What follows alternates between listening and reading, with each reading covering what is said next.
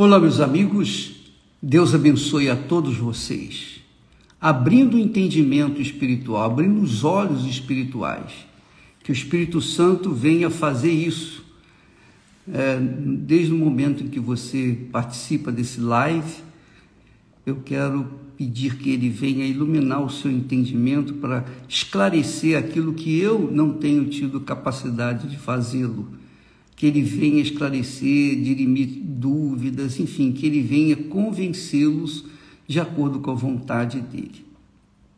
Nós começamos a falar sobre a fé inteligente, a fé consciente, a fé racional, a fé sobrenatural, que é uma convicção, é uma certeza. A fé é certeza, certeza é fé.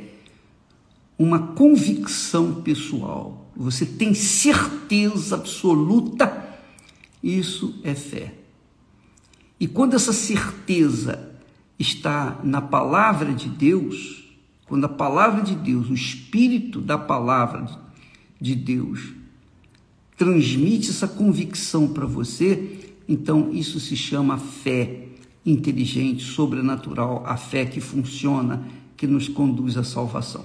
O apóstolo Paulo ensina que ele fala com os romanos, os cristãos romanos, ele dirige, o Espírito Santo através dele dirige a palavra aos romanos, aos cristãos que naquela altura se converteram por causa da pregação do Evangelho. Eles deixaram de adorar os neros daqueles tempos, deixaram de ser pagãos, idólatras, e passaram a adorar o Deus vivo, se converteram ao Senhor Jesus. Mas eles tinham muitas falhas, porque eles estavam acostumados ao paganismo, e eles precisavam de orientação para saber como eles poderiam se manter na fé. Se manter na fé. Que não é fácil. Não é fácil se manter na fé. Fé não é difícil. Os 10 leprosos tiveram fé para serem curados. 9 tiveram fé para serem curados e não permaneceram. Apenas um sobrou para permanecer e ser salvo. Então, fica aí essa dica. Muitas pessoas têm fé para receberem bênçãos maravilhosas, terem suas vidas transformadas, prosperarem, ganharem muito dinheiro, têm fé para ter uma família maravilhosa, têm fé para ser fiel a Deus por um tempo, mas não tem fé para manter a própria fé por todo o tempo. E esse é o problema. Esse é o problema. Então, Paulo fala o segredo da fé, para se manter na fé, para viver pela fé, de fé em fé. Ele diz assim: rogo-vos, pois, irmãos, quer dizer, está falando aos convertidos, pela compaixão de Deus, que apresenteis os vossos corpos físicos, obviamente, em sacrifício vivo, santo e agradável a Deus, que é o vosso culto racional. Então, rogo-vos que apresenteis os vossos corpos em sacrifício vivo. O que é eu apresentar o meu corpo em sacrifício vivo, santo e agradável a Deus? É não dar ouvidos à voz da carne, aos desejos da carne, às concupiscências da carne, como as vaidades, as prostituições, o adultério, os olhares maliciosos, as mentiras, os enganos. Tudo isso eu tenho que negar a minha carne. Eu tenho que negar a minha carne. Então, como os cristãos romanos estavam acostumados a isso, era difícil, realmente difícil, eles se adaptarem a uma nova cultura, a uma nova vida, a uma vida de sacrifício. Eles estavam acostumados com mentira, com prostituição, com pornografia. Eles estavam acostumados com a degradação moral. Eles estavam acostumados com tudo que não prestava. Homem com homem, mulher com mulher, e toda sorte de porcaria, de sujeira, de sodomia que havia na época de Sodoma e Gomorra. E lá eles estavam vivendo essa sodomia, lá em Roma. Então, era difícil levar essas pessoas que tinham se convertido ao Senhor Jesus a uma vida de negação à carne. Muito difícil. Então, Paulo fala, por favor, eu rogo a vocês que apresentem os vossos corpos em sacrifício vivo, não é um sacrifício morto, porque você tem que estar com o corpo bem, saudável, para poder apresentar um sacrifício vivo. Corpo morto não apresenta sacrifício vivo.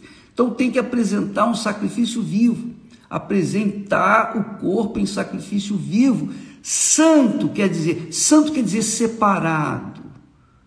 Quando na oração que Jesus nos ensina a fazer, ele fala, Pai nosso que estás nos céus, santificado seja o teu nome. Quer dizer, seja o Senhor glorificado, exaltado e magnificado na minha vida de santidade, na minha vida de separação do pecado, na minha vida de sacrifício do meu eu, da minha carne.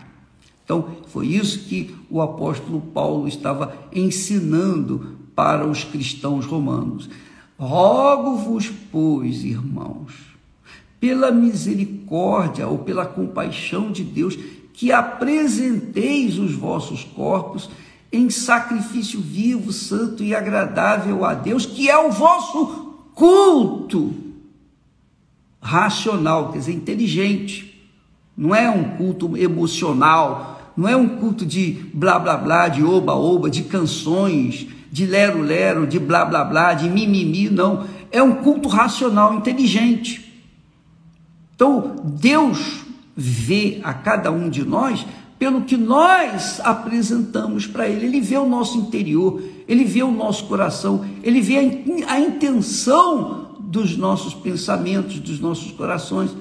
Então, quando nós materializamos esse sacrifício, ou o nosso corpo em sacrifício vivo, santo e agradável a Ele está vendo o nosso sacrifício, maior do que as ofertas, maior do que qualquer outra oferta que você possa dar a Deus, é você apresentar a sua vida como sacrifício vivo, santo e agradável a Deus, seu corpo. Muita gente não entende isso. Tem fé para dar oferta, tem fé para sacrificar a sua joia, a sua casa, o seu carro, mas não tem fé para deixar o pecado. Essa é a realidade. Então o que adianta? O que adianta a pessoa ter fé para dar isso, dar aquilo outro, mas não ter fé para sacrificar a sua carne, sacrificar a amante, o amante, sacrificar os desejos e concupiscência da carne? É difícil. Então Deus quer isso. Paulo fala, por favor, eu peço, eu rogo-vos, pela compaixão de Deus, pela misericórdia de Deus, faça isso, que apresenteis os vossos corpos sacrifício vivo, santo e agradável a Deus. Paulo era um homem assim. Paulo era um homem que vivia para o evangelho, que vivia para a fé. Então ele não era casado, ele era um eunuco, ele se castrou deliberadamente, espiritualmente falando, para viver só para Jesus. Mas tem gente, bispo, o senhor quer que eu faça? Não estou falando para ninguém fazer isso não, mas Paulo se castrou espiritualmente para poder servir a Jesus. A gente tem que se castrar espiritualmente para a gente servir ao Senhor Jesus. Jesus se castrou, ele foi castrado, já veio castrado, espiritualmente falando, para servir ao Pai. João Batista foi um eunuco, também se castrou para servir a Deus no deserto. Daniel foi um castrado para servir a Deus lá na Babilônia e glorificar a Deus. Então, os homens de Deus, verdadeiramente de Deus, se castram, se sacrificam, e é um sacrifício vivo, santo e agradável a Deus, que faz aquela pessoa oferecer a Deus um culto racional, inteligente, que agrada a Deus. E aí ele diz assim, depois de falar, não é que apresentei os vossos corpos em sacrifício vivo, santo e agradável a Deus, que é o vosso culto racional. Quer dizer, o nosso culto é a Deus, não é aos homens. Não é aos homens, não são as pessoas. Não é o marido para com a mulher, não é a mulher para com o marido, não é o pai para com os filhos, a mãe para com os filhos, ou para com seus pais, não, é para com Deus. Então eu sacrifico o meu eu para servir ao meu Senhor, para apresentar um culto racional a Ele. E ele diz mais, no versículo seguinte, ele diz, e não sede conformados com este mundo, não se conformeis com este mundo, em outras palavras, mas sede transformados pela renovação do vosso entendimento. Renovação do vosso entendimento, para que experimenteis qual seja a boa, agradável e perfeita vontade de Deus. Quer dizer, quando nós apresentamos o nosso corpo em sacrifício vivo, santo e agradável a Deus, 3 coisas: sacrifício vivo, o nosso corpo em sacrifício vivo, santo e agradável a Deus, então nós automaticamente seremos selados com o Espírito Santo, selados, marcados com o Espírito de Deus. E então teremos a nossa mente renovada. Nós vamos experimentar, ter experiência, qual seja a boa, agradável e perfeita vontade de Deus, que só o Espírito Santo pode dar. Só o Espírito Santo pode dizer qual é a boa, agradável e perfeita vontade de Deus. Então a pessoa não quer sacrificar o corpo. Por exemplo, nós tivemos aí o jejum de Daniel, que muitas pessoas fizeram 21 dias de jejum mesmo, foram rigorosas, fizeram jejum, quer dizer, sacrificaram os seus corpos durante 21 dias, suas mentes, e muitas delas foram batizadas com o Espírito Santo. Outras fingiram sacrificar, participaram mais ou menos, e no final das contas não receberam o Espírito Santo, não tiveram a fé, não tiveram a confiança para receberem o Espírito Santo, e ficaram de lado, e estão esperando uma nova oportunidade. Então, amiga e amigo, é extremamente importante que você venha se autoavaliar, examinar a si mesmo, porque você só vai saber experimentar qual seja a boa, agradável e perfeita vontade de Deus para a sua vida, para você ser feliz, quando você apresentar o seu corpo em sacrifício vivo, santo e agradável a Deus, que é o culto racional. Se você apresenta a Deus um culto emocional, se você apresenta a Deus um culto que envolve emoções, sentimentos do coração, é claro que você vai se iludir com essa fé. Você vai se iludir com a fé, vai se iludir com as pessoas, você vai se iludir, você vai ser enganada, porque você gosta de atender os caprichos do seu coração. E aí a sua fé não vai ter nenhum valor prático na sua vida. Você se considera uma pessoa cristã, vai na igreja, é fiel dizimista, você dá suas ofertas, você ajuda na igreja, mas lá fora você não apresenta o seu corpo em sacrifício vivo, santo e agradável a Deus. Você apresenta o seu corpo em sacrifício vivo para agradar o seu coração, os seus desejos, suas vocações, seus projetos pessoais. E aí, fica você vivendo uma vida meio lá, meio cá. São aquelas pessoas que estão vivendo, digamos assim, que são mornas, que Jesus fala, que naquela igreja que é morna, que ele estava a ponto de vomitá-la. Por quê? Porque não era fria e nem era quente. Perto dos frios, ela se achava quente, mas perto dos quentes, ela se acha fria. Assim são muitas pessoas que estão me assistindo agora. Muitas pessoas estão me assistindo agora. Dá licença um instantinho só. Graças a Deus. Então, entende? Muitas pessoas têm uma vida cristã mesquinha, miserável, enfadonha, cansativa.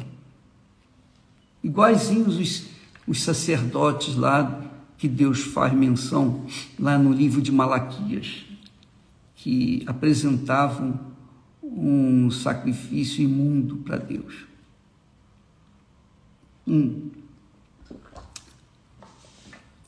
Minha amiga e meu amigo, a fé, às vezes a pessoa tem fé para determinadas atitudes. Ela quer, ela tem fé. Pá! Haja sua fé e Deus responde. Atende, porque ela manifestou a fé. Só que elas não têm a mesma fé para se manterem na fé. E aí é que está o grande problema. Jesus fala que aquele que perseverar até o fim, esse será salvo. Esse será salvo. Então, eu quero dizer para vocês que nesses meus 57 anos de vida com Jesus, eu já fiz muita bobagem. Eu já fui muito imaturo, muito criançola. Eu já fiz já aprontei muitas diante do meu Pai. Mas Ele teve compaixão de mim e me preservou. Por quê? Porque eu era bom? Que eu era especial? Não. Simplesmente porque Ele sabia que aquelas atitudes criançolas, imaturas, era passível por conta da imaturidade, da criancice espiritual. Mas Ele sabia que Ele poderia contar comigo, porque Ele conhecia o meu coração, Ele conhece o meu coração, a inclinação, Ele conhecia a inclinação, toda a minha inclinação. Ele sabia se as minhas inclinações seriam para realizações pessoais ou se eram para a realização da vontade dEle. Então, Ele avalia isso. E muitas pessoas não percebem isso. Todos nós falhamos. Todos nós pecamos. A diferença é que há o pecador que pecou, mas achou arrependimento. E os outros que pecaram, mas não acharam arrependimento. Por que uns acharam arrependimento e outros não? A maioria não. Justamente por isso, porque Deus conhece a inclinação nossa. Ele sabe pesar a nossa fé, a nossa confiança, a nossa sinceridade, a nossa digamos, nosso caráter. Então ele sabe.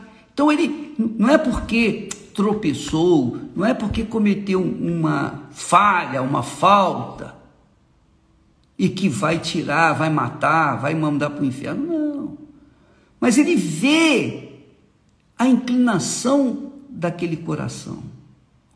Ele vê aonde vai chegar aquele coração, aonde ele pretende chegar.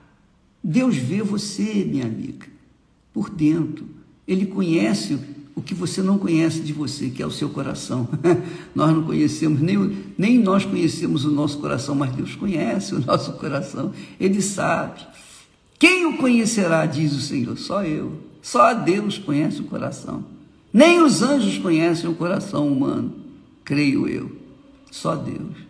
Então, veja que quando nós apresentamos, nos esforçamos, nos sacrificamos para apresentar o nosso corpo em sacrifício, vivo, santo, agradável a Deus, se nós verdadeiramente temos essa intenção de servir a Deus não é aos homens, não é servir aos deuses desse mundo, não, ao paganismo de outrora, não, servi-lo de verdade, servir a Deus de verdade. Então, ele nos dá o Espírito Santo, ele nos dá a experiência do recebimento do Espírito Santo, do batismo com o Espírito Santo, e aí sim nós sabemos qual é agradável, a boa, agradável e perfeita vontade dele para a nossa vida. Aí é só correr para o abraço. Aí a gente vai arrebentar.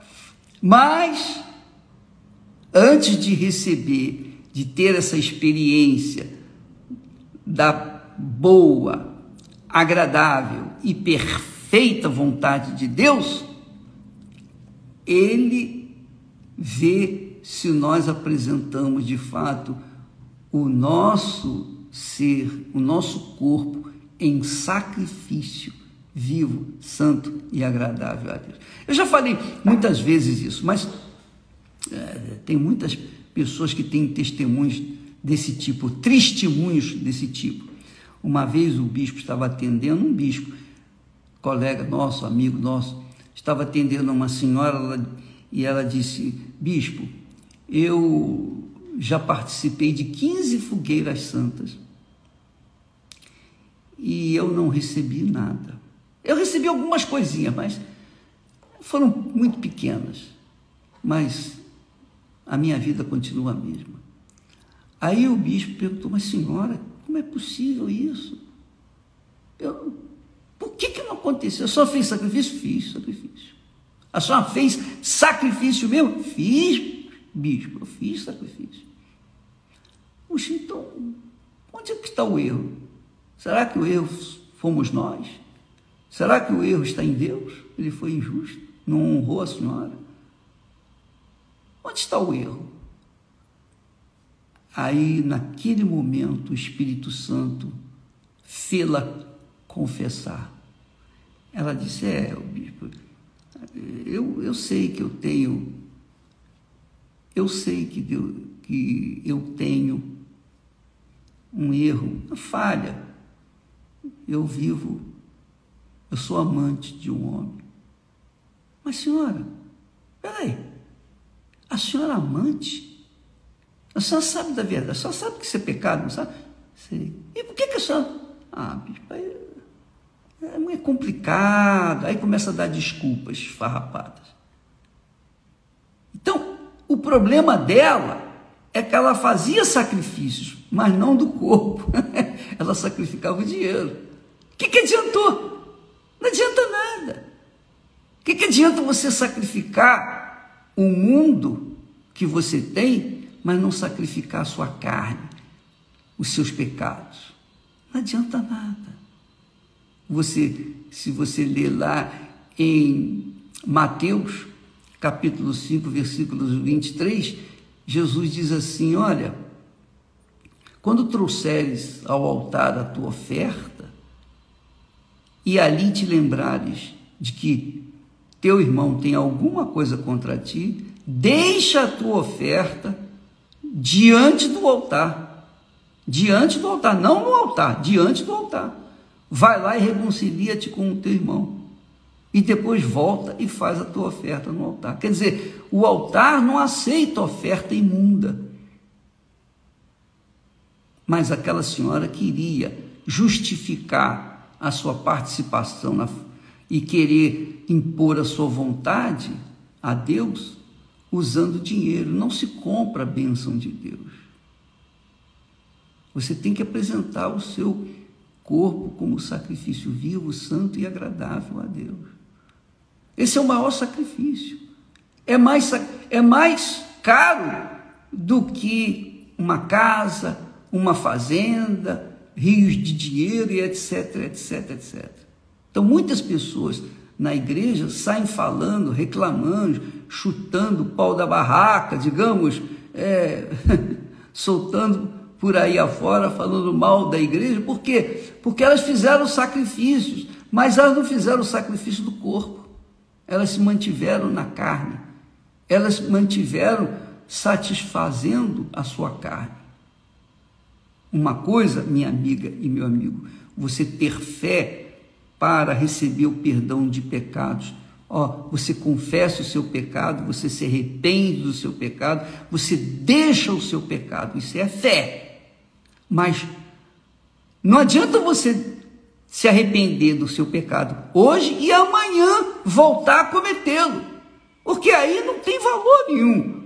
Você vai voltar com toda a carga do pecado sobre você e a maldição do pecado. A maldição do pecado.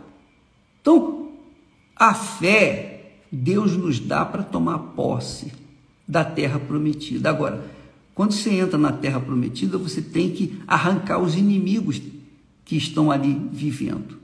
Foi assim que aconteceu com Israel. Israel teve que vencer, teve que ter fé para vencer os inimigos. Atravessou o Rio Jordão, venceu os inimigos, e Jericó foi a primeira cidade que eles venceram. Mas não bastou vencer o inimigo, ele teve que manter os seus inimigos, digamos assim, mortos, para que não viesse novamente lhes dar problema. E é isso que tem acontecido muito. Muitas pessoas deixam os inimigos da sua alma, os seus pecados, mantêm os seus inimigos dentro de si, fazem o sacrifício da fé, dão uma oferta, mas não sacrificam o seu eu, a sua carne. Então ele diz: rogo-vos, pois, irmãos, pela misericórdia de Deus, que apresenteis os vossos corpos em sacrifício vivo, santo e agradável a Deus, que é o vosso culto racional. E não sede conformados com esse mundo, quer dizer, não sede conformados com o pecado desse mundo, mas sede transformados pela renovação do seu entendimento, do vosso entendimento, no caso aqui, o vosso entendimento, para que experimenteis qual seja a boa, agradável e perfeita vontade de Deus para a sua vida.